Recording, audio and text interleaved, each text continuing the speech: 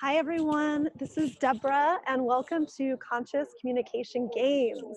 Yay! I've been so excited to teach this class for a while, and I'd love to tell you a little bit about who I am and why I'm here and what motivated me to come and do this video class with you. So my name is Debra Mazer. I have been a life coach for the past 9 years. I've been a holistic health coach for 8 years. And I'm also a Reiki practitioner for a long time, about 18 years. And I am a certified prayer warrior and a healer. And, you know, life is just an interesting path. Being someone that's in relationship, being someone that's in business, being someone that's, you know, in friendships and partnerships, and just learning and realizing how important it is to have these communication skills in everything that we do. So part of my story is that, you know, I was like this straight A student and graduated high school with a 4.0 average. And then I proceeded to go away to college and major in sociology and minor in women's studies. And I got into this whole alternative lifestyle thing. So I was like the Alexandria Ocasio-Cortez, like before it was hip, you know, I was like into like this socialist communes and into like living an alternative lifestyle and questioning the way that I was brought up. So I actually started to do research papers in college on intentional communities, which led me to spend one of my winter breaks at a community called Twin Oaks Community in Virginia. And then after I graduated, I lived in various other intentional communities, Dancing Rabbit Eco Village, Circle Pine Center in Michigan, Rowe Conference Center in Massachusetts. And actually, when I was in college, I studied abroad in India, and I lived in an intentional community in South India called Oroville. So I was in for a huge life lesson. Just, I would say, a year of living in these intentional communities, I learned more than I did in 4 years of university. And one of the main things that I really learned was the importance of communication skills, conscious communication skills. So it's not always easy. You know, when we live in the city, when we're in city life, it's so much easier to avoid conflict or confrontation or conversation, because there are so many people out there that if, let's say, we're not getting along with our best friend, it's easy to, you know, not run into her, or, you know, we can hang out with our other friends. But when you are living and working and playing and loving like the same like 20, 25, or even up to 100 people, at Dancing Rabbit at that time, it was only about maybe 25, 30 of us. And at Twin Oaks, it was about 100. There is no way to avoid conflict. There's no way to avoid it. And I remember how uncomfortable I was. There was some issue with, I remember I was at Dancing Rabbit, and there was the main guy that was in charge of the organic farm. I can't remember what happened, but he was upset with me that maybe I hadn't scheduled enough shifts working on the garden or something. I don't remember what it was. Something about me showing up and for the right amount of hours. And he approached me and talked to me about it, and it was really hard and it was really awkward. And I remember another time I was in the kitchen making food, and, you know, someone had an issue with like the recipe that I was using or the food, and we had to like talk about it, and it was really uncomfortable and really hard. But it taught me a lot about, you know, the importance of like, if you don't deal with conversations in that type of situation where you're living and working and playing and loving the same people in all these different roles, then it's really not going to feel very great, and it's not going to be a healthy situation unless you do deal with these conversations.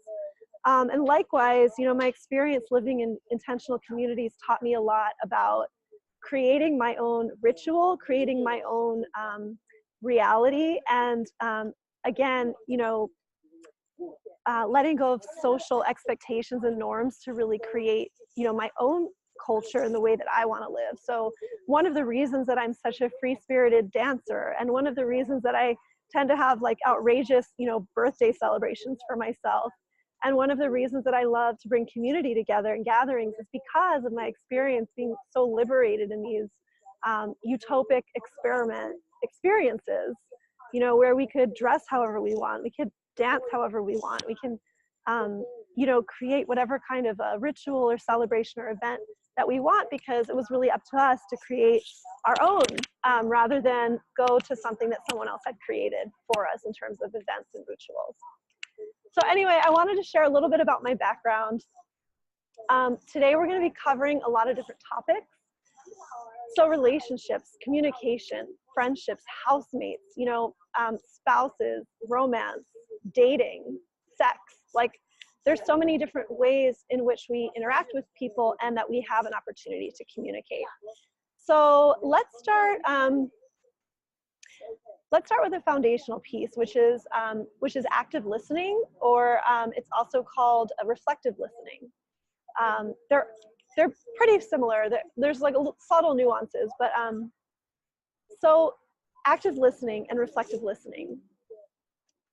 When I was at Brandeis studying sociology, I wrote my senior thesis all about collectives, facilitation, group facilitation and collectives.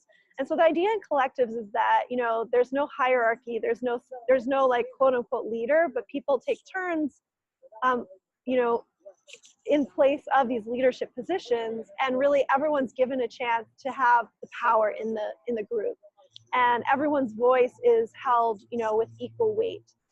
So one of the things that I learned was to pass around an object, you know, I feel like this is a total cultural appropriation thing, talking about having a talking stick. So I won't say talking stick because I'm not knowledgeable on that, but it could be any object. Like recently when I was at a meeting for the Atlanta Women's March, we used a grapefruit.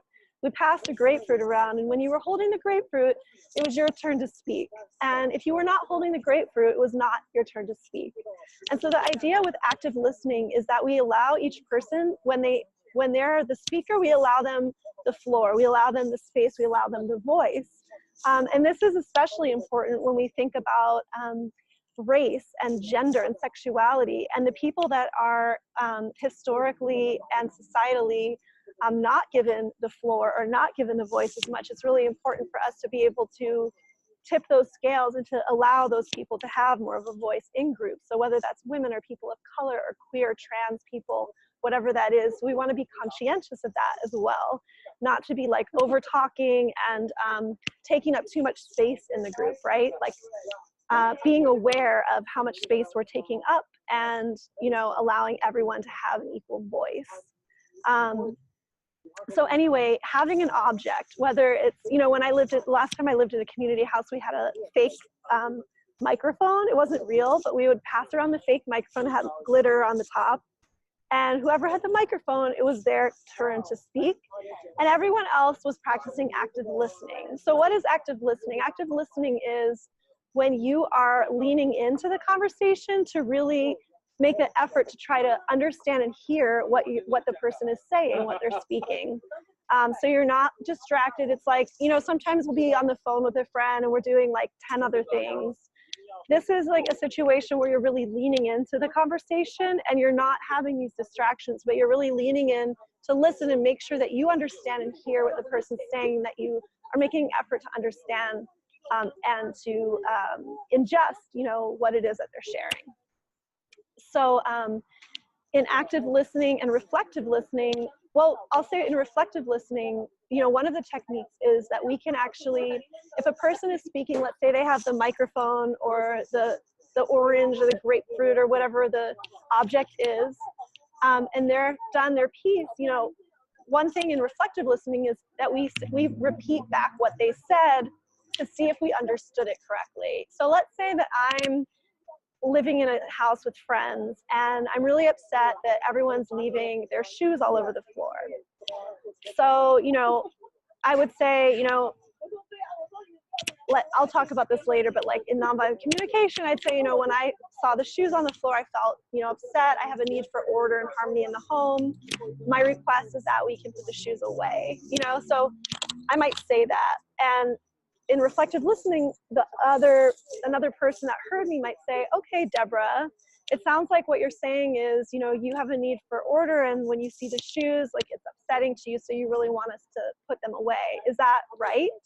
So you would repeat it and you would say, is that right? And then I had the opportunity to say, yes, that's right. And now I feel so heard. And I feel like, so this is such a key, this is such an important part of relationships. This is where people get upset with each other, where they feel like they want to get a divorce. They don't want to be in the relationship anymore. They fell out of love. And a lot of it is just because they don't feel like they got heard. They don't feel like anyone's really listening to them. They don't feel like that what they have, what they feel, or what they have to say is important. So this is such an amazing way to save a relationship, is just to simply use this active listening and reflective listening. So yeah, if they repeat back and I'm like, oh my gosh, yes, that's what I said. Wow, I feel like you guys really heard me. And now this has solved like, you know, 80% of my problem, because really I just wanted to be able to share what I felt and to feel like I was being heard. And that's like 80% of the issue. So, but let's say you didn't quite get it right, you know, like maybe they said, well, it sounds like, you know, you were mad because like, you know, I had gum on my shoe or something. And I'm like, then I can say, well, actually, that's not really totally right. You know, I didn't even notice that if you had gum on your shoe or not, you know, but I felt just in general like I wanted the shoes to be put away. So anyway, I have the chance to kind of correct and then feel heard. And then now I'm not a diva, right? I don't only expect people to do that for me, but I'm also going to do that for the other people in the group or the other person that I'm talking with. So when they speak and they're sharing something with me, I'm going to use my reflective listening as well to say like, okay, so it sounds like, you know, what you said or what you felt was this. Is that right? And then the person has an opportunity to share if it was. And this technique is so useful, especially for romantic relationship conversations that are really hard and really scary, where we're sharing deep emotional stuff. This is such a valid and important and useful technique. And this is also a technique that I learned, I studied with the owners of Cafe Gratitude, Terces and Matthew Engelhart, in their workshop Kindred Spirits, where we learned a lot about active listening skills. So I'm going to say that, and then I think since I mentioned nonviolent communication, I'm going to also talk about nonviolent communication. So nonviolent communication is a book and a technique by a man named Marshall Rosenberg. There are 4 steps to nonviolent communication. The first is, okay, let's use an example. Let's say that, let's say I'm mad about the shoes again, right? So like, if I wasn't being conscious or using nonviolent communication, I might say, you know, I was really pissed off at you. Like, why the fuck can't you clean up after yourself? Like, you're such a slob or something, right? So sorry, I know I just cursed. But anyway, I'm going to get really mad, right? I'm going to say like, gosh, you never clean up after yourself. It's so annoying. Or, you know, like, I hate our stupid house. It's always got shoes everywhere. So this is kind of like a reaction. And it's not to say that if once you learn nonviolent communication that you're always going to be conscientious enough to do it. Because a lot of times, you know, for me, I forget. But it's a good thing to kind of keep in mind and bring back into awareness. So here are the steps. The first one is it's an objective statement about what you saw, what you experienced, what happened. It's just an objective statement. It's not saying any feelings, but it's saying like, when X happened, when I saw X, when you sent me that email saying X, when you didn't show up on time for the meeting, when you came 10 minutes late, you know, I'm just using examples of like the objective, you know, of what happened, like just telling it like it is. There's no saying, well, when you were inconsiderate. No, it's not when you were inconsiderate. It's when, you know, when you said you were going to call me back and then you didn't call me, you know. So it's just stating the facts, what is. So when this, and then the second step is a feeling word. So when this happened, I felt. Now, it's important to keep the I felt as an actual feeling word. So you don't want to say, I felt like you were inconsiderate. I felt like you didn't care about me. I felt like you didn't know how to, treat me right. That's actually not a feeling. That's like a judgment that I'm putting on the person. So you want to stay in touch with what's an actual feeling. I felt happy. I felt sad. I felt angry. I felt frustrated. I felt inspired. I felt creative. I felt sad, like angry, frustrated. It's an actual feeling, a feeling word. So, when I noticed that the shoes were all out over the floor, I felt frustrated. Okay? What that does is it takes like the blame off the person, and it allows the person to hear you differently, so they're not in quite as much of a defense mode. So what happens when people argue and there's a misunderstanding, oftentimes somebody feels attacked. They feel like they're being attacked. They don't feel like they're being heard. And so then they're in the offense or the defense, and offense. They're like defending themselves, and then they want to fight back, right? And it doesn't create like a safe and easy, healthy space for communication, because there's been a communication breakdown. So, so what this does is it kind of like, if you say, well, when this happened, I felt, you're putting it on yourself. You're taking responsibility for your feelings. You're not blaming someone, but you're just saying, this happened, and now this was my feeling. And so step 3 is you can also say a need. State your need. I felt frustrated because I had a need for order, organization, peace, the home feeling like a sanctuary to me, So when the shoes were out, I felt frustrated because I had a need for peace and order in the home, for the home to feel like a sanctuary to me. Okay, so that's my need. So again, I'm centering it on myself. I'm not saying, well, you were inconsiderate, you don't know how to clean up, you're a slob. I'm centering it on myself. So step 4 is making a request. So I can make a request, and this is a wonderful thing. This is something that we also learn as a life coach. Like if you go to a therapy appointment, and I love therapy, I go to therapy too, but sometimes therapy can be all about the problem, like this is what my mom and dad did, and this is, my inner child this, and that's good. It's good to explore. But it's like, I love how in life coaching, it's all about taking an action step forward. It's not about glossing over that stuff in my style, because we do go into healing and the inner child and feelings, but it's all about coming back up to sea level and ending the session with, well, what are you going to do about it? What's the action? So I love that in nonviolent communication, you're talking about what happened, how you felt, what your need was that maybe didn't get met. And now you can make a request.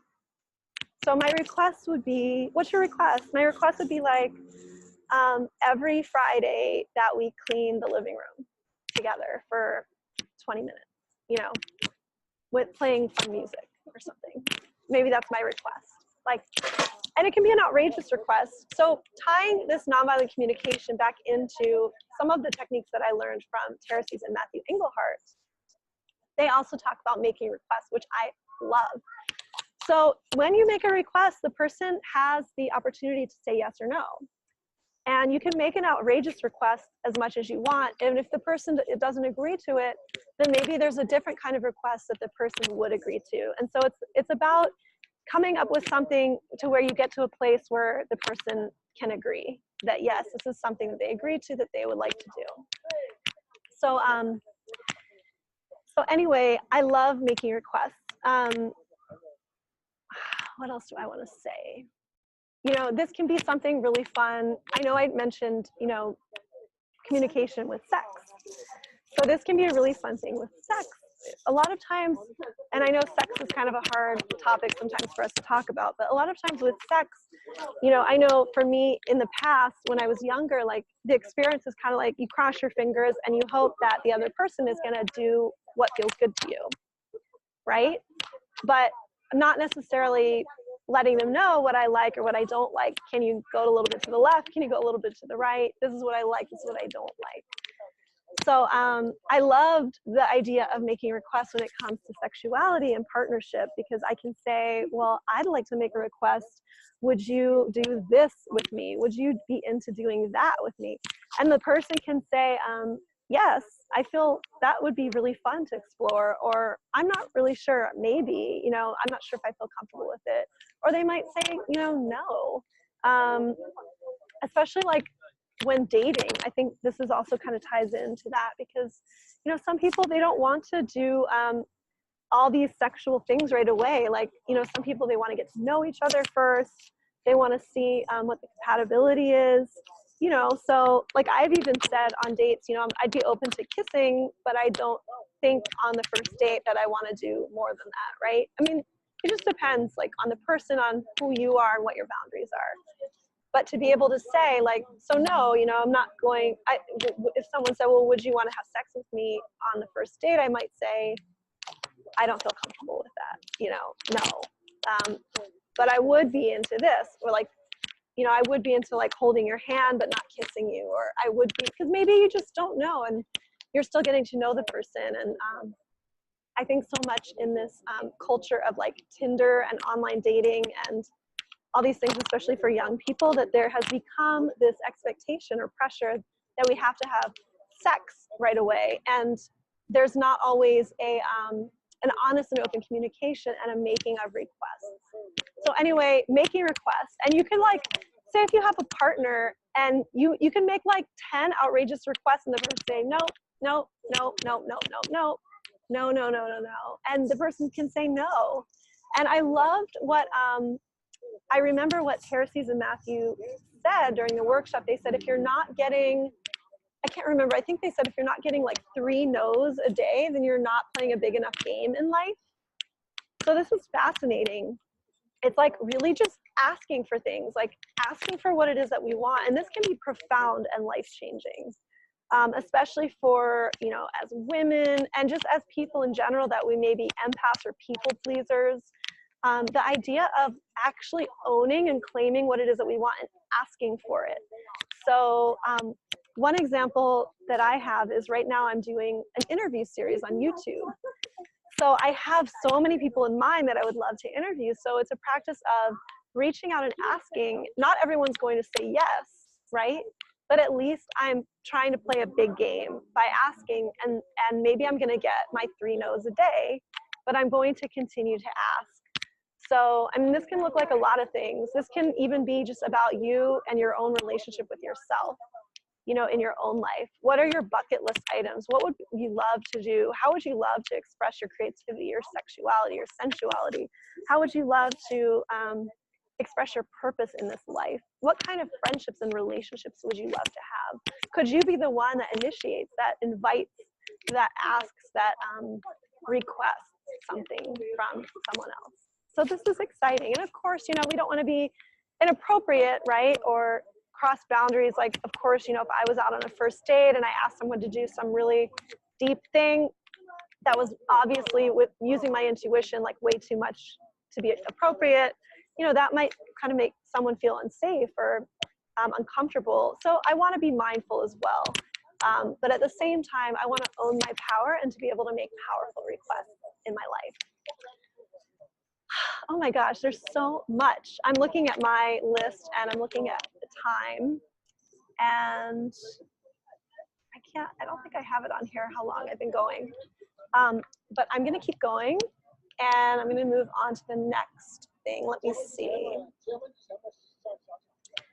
So with nonviolent communication, with making requests, with using reflective and active listening, and having some kind of an object that people hold when they talk to be able to respect each other and respect the space on the floor, and making sure that everyone in a group has a voice, in particular paying mind to people who may be societally marginalized or may not have access to voice, and making sure that we want to make an extra effort to give voice to those people.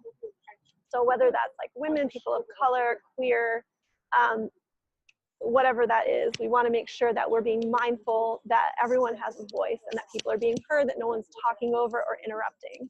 You know, another thing along with the active listening is like, sometimes, particularly if we are coaches or even healers, or if we are masculine or have a lot of masculine, quote unquote, societal energy, then we can get into this thing of problem solving.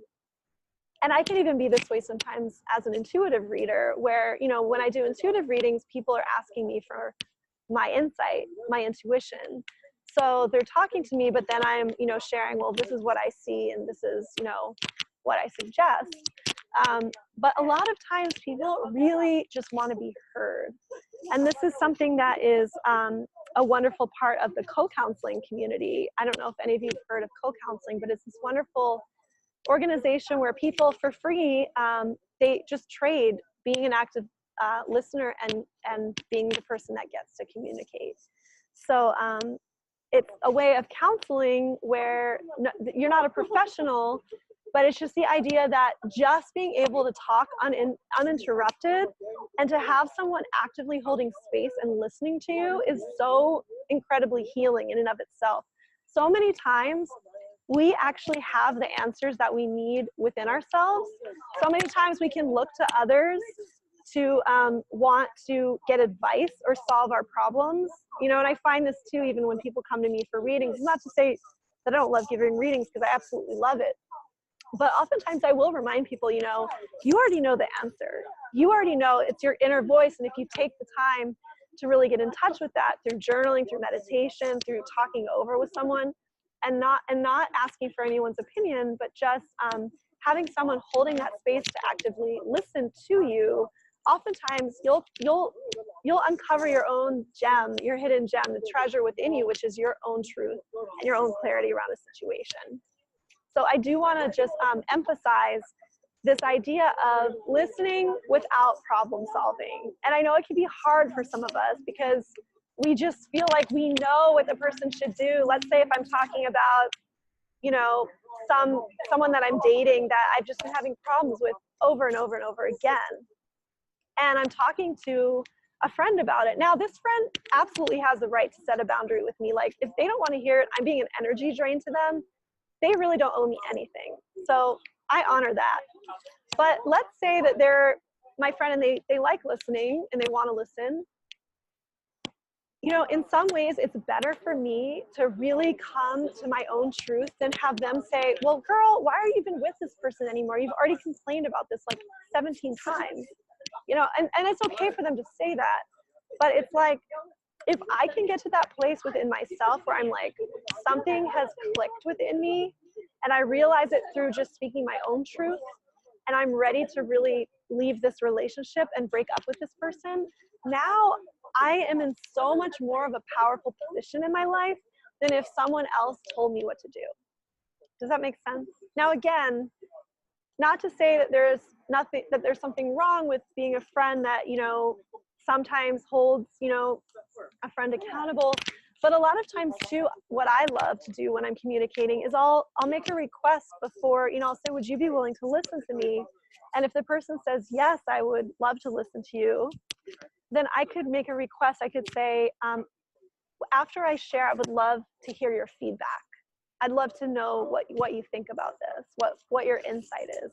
Or I could say, what really would help me right now is I just want to talk and come up with my own truth, and I'd rather not hear feedback from you. You know, would you be okay with that?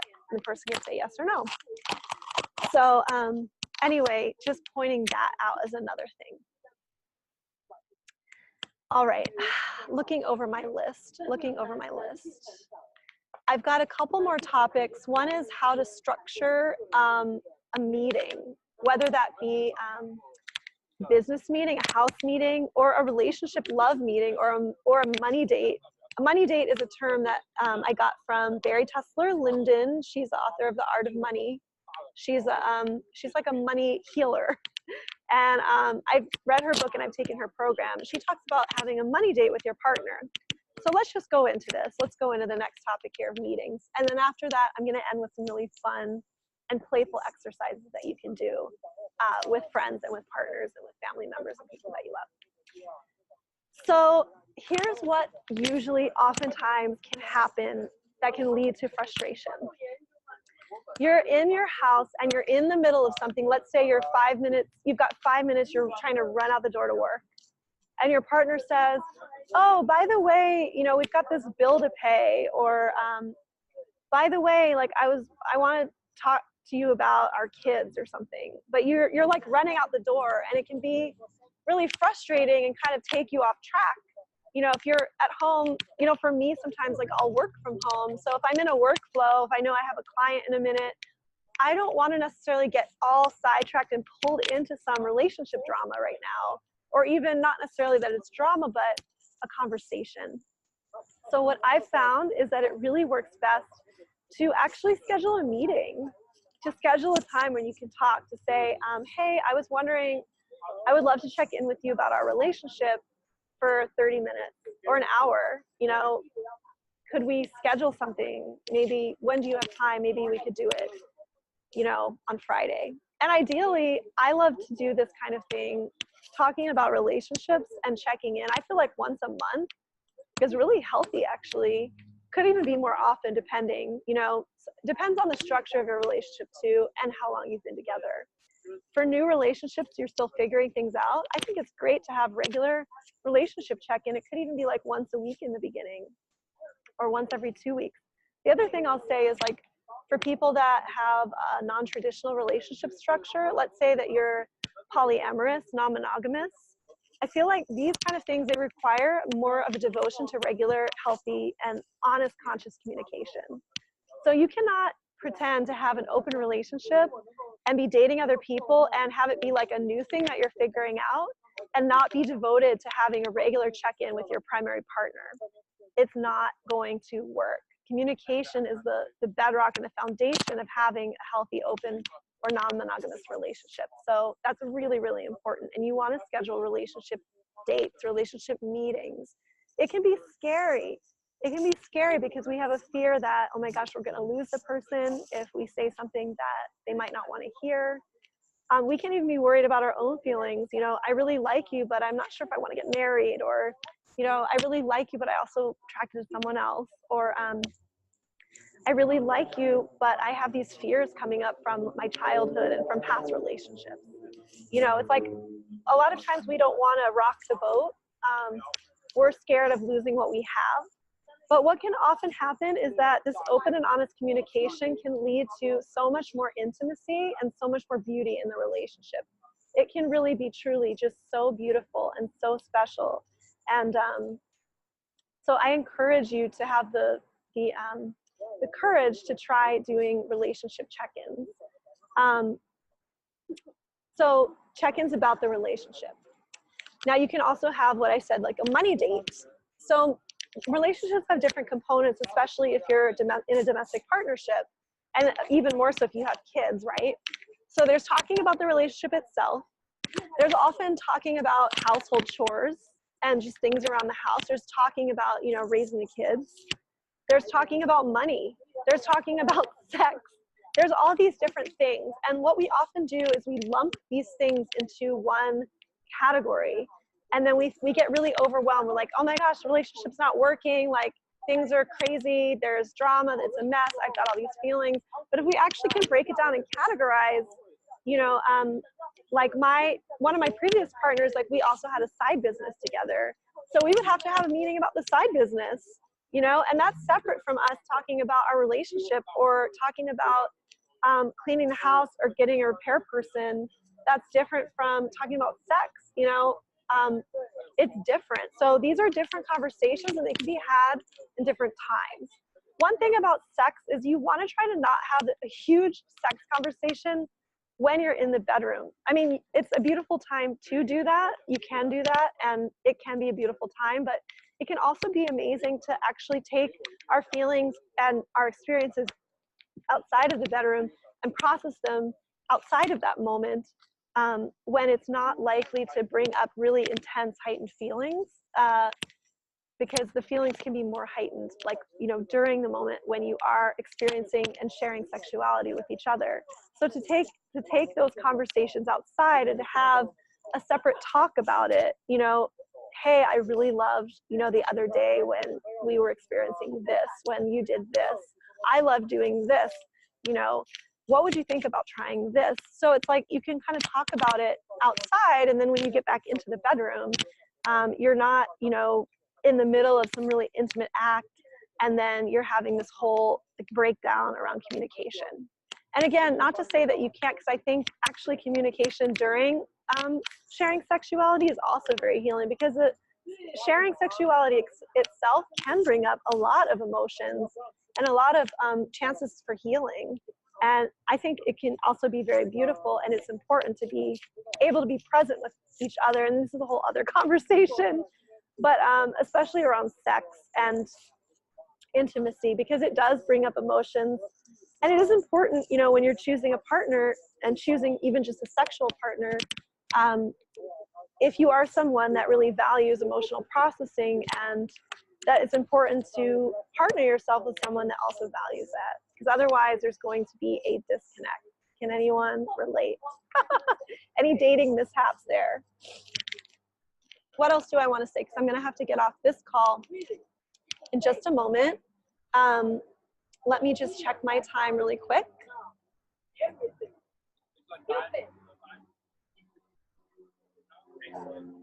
Okay, so I'm gonna have to go in a second. So I think what I'm gonna have to do, oops, I think what I'm gonna have to do is actually continue this, because I only have a few more minutes till I have to go.